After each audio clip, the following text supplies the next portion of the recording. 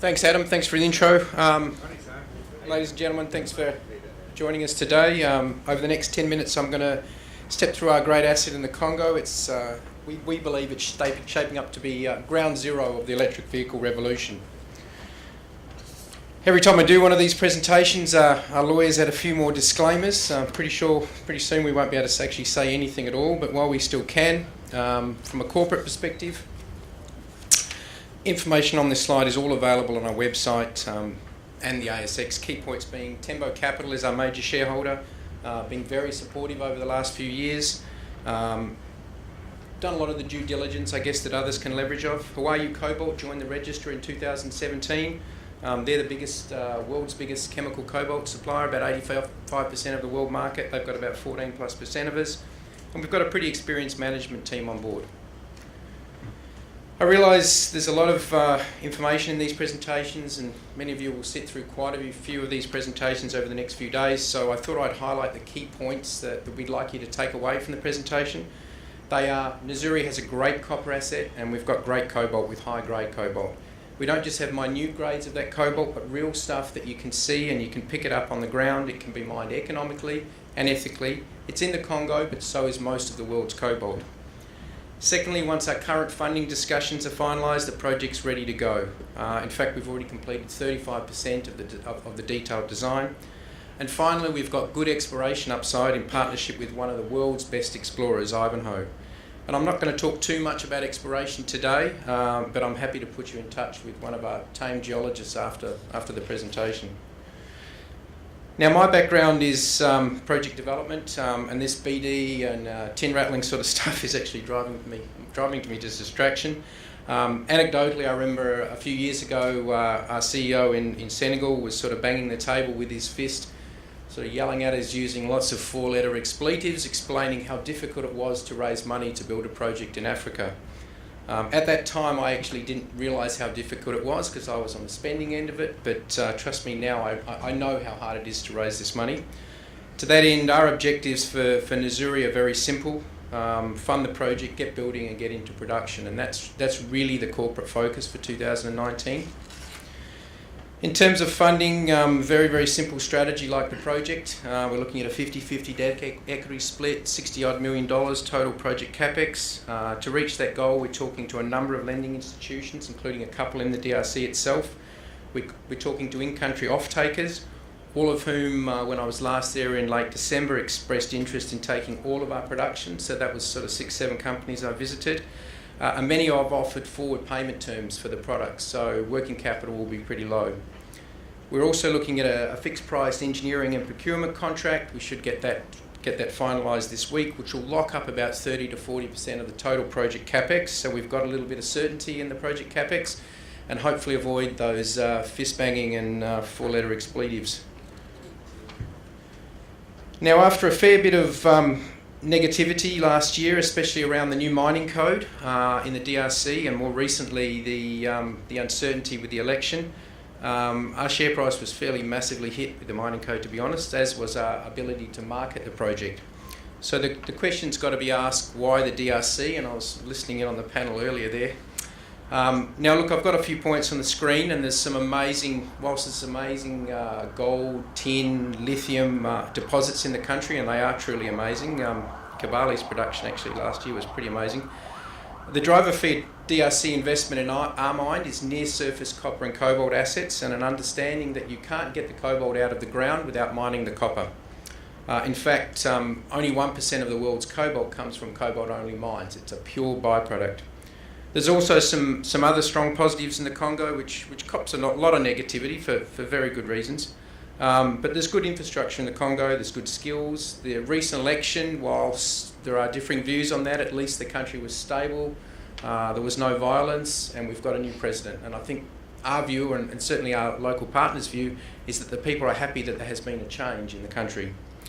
And there's also the opportunity to tap into some ethical sourcing, which I'll talk a little bit more about later. Now, I think it's fair to say much has been written in the press, and we run a Twitter feed, so there's plenty of information that comes across my desk on the Nissan Leaf, the Tesla Model S, the Model 3, the Neo, the BMW electric cars, the V-dubs, and lately the talk of Porsche's work on EVs.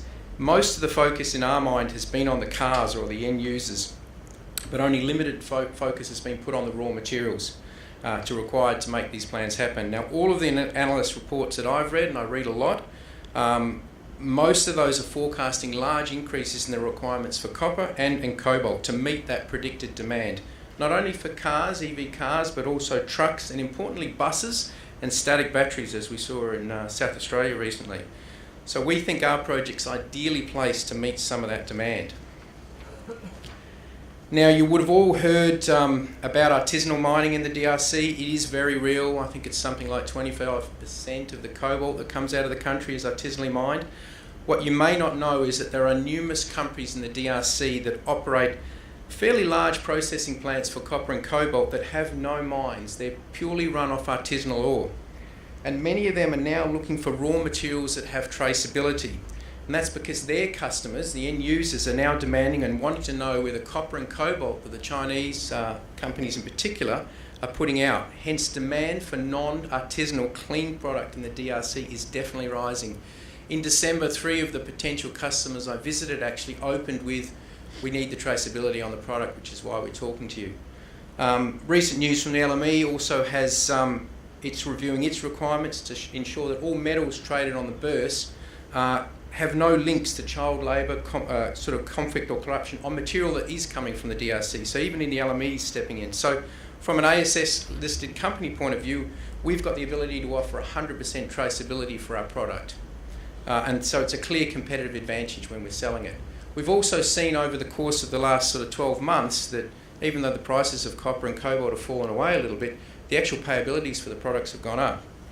In terms of where we are, we're right next door to Robert and Ivan. We're right next door, as Robert describes his copper discovery, a sea of copper for the Ivanhoe, Kamoa, Kakula assets. They've got over 1 billion tonnes of high-grade copper within about 15 kilometres of where we are. We believe, and we've sort of coined the phrase, we're in ground zero of the global metals sort of battery boom, if you like. Kalongwe only 15 k's from Kakula, and regionally where we sit relative to the 2 Glencore assets, KCC and Mutanda, and the Sycamines development, which is over a $3 billion build. In the first 9 months of 2018, the Congo put out 115,000 tonnes of cobalt, much of which came from the region that we're in, within 100 kilometres of where we are. To put that in perspective, that's 10,000 tonnes more than the entire world put out last year, and that's only the first 9 months. Around us, some $10 billion has been invested within about 100 k's of where we are, and that excludes the sort of $1 to $2 billion that Ivanhoe plans to spend on Kamoa and Kakula. So I think it's really fair to say that we've got the right address where we are. In terms of the project key facts, it's fully permitted, planned production of some 19,000 tonnes a year of copper, 1,400 tonnes a year of cobalt in a concentrate that runs sort of 15% copper, simple open pit, 1 million tonnes per annum throughput, 8-year mine life, flow strip ratio sort of 2 to 1, and processing is via dense media separation, which is why the capex is low, so no chemicals. Just capex of just over 53 million. Project fundamentals look strong NPV and IRRs at the base case, excellent by any standards, and they were done at $3 copper and $36 cobalt, which has changed a little bit over the last 6-8 months. But I think we've all been to these presentations and actually seen these sort of numbers flashed up as verbatim before, but let's be honest, they're just a guide. The best approach is to have a project that sort of not just scrapes through the starting gate, but more so one that can withstand a little bit of sovereign uncertainty, the few trade wars, and more recently the odd tweet storm from America.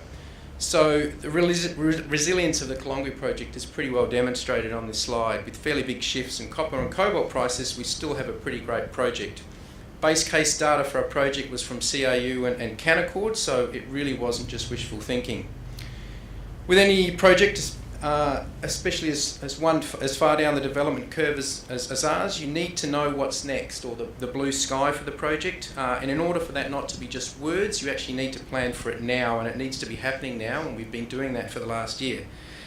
So I'll briefly talk about two key areas that we're focusing on. One is the stage 2 expansion of the project, and the other is our exploration program. One more slide. Now, over the last year, we've reviewed what others have and haven't done in the DRC, and in the first half of last year looked at multiple variants of what our second stage of our project would look like, so we could plan for that expansion from day one, and we did that together with Lycopodium. Of the options that we looked at, the one that stacked up the best was putting an SXEW plant in some 7 years into the initial phase that processed all the waste that comes from the DMS plant, cobalt only ore that comes out of the pit, some 1.5 million tonnes grading 0.6 cobalt, that can all then be processed through an SXEW. Based on the modelling, we fund that project from cash flow, and we move from making concentrate to cathode.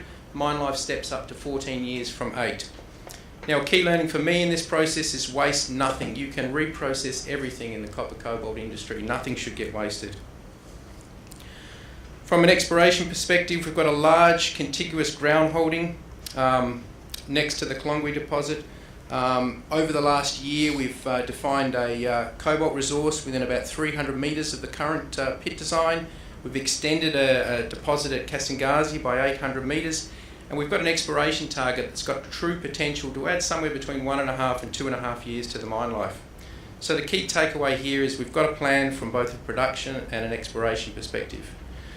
So look, just to reinforce the key messages, we believe we're the most advanced ASX listed company to near-term copper and cobalt production. We believe we've got the right products in copper and cobalt, and we believe we've got a great address next to Robert and Ivan.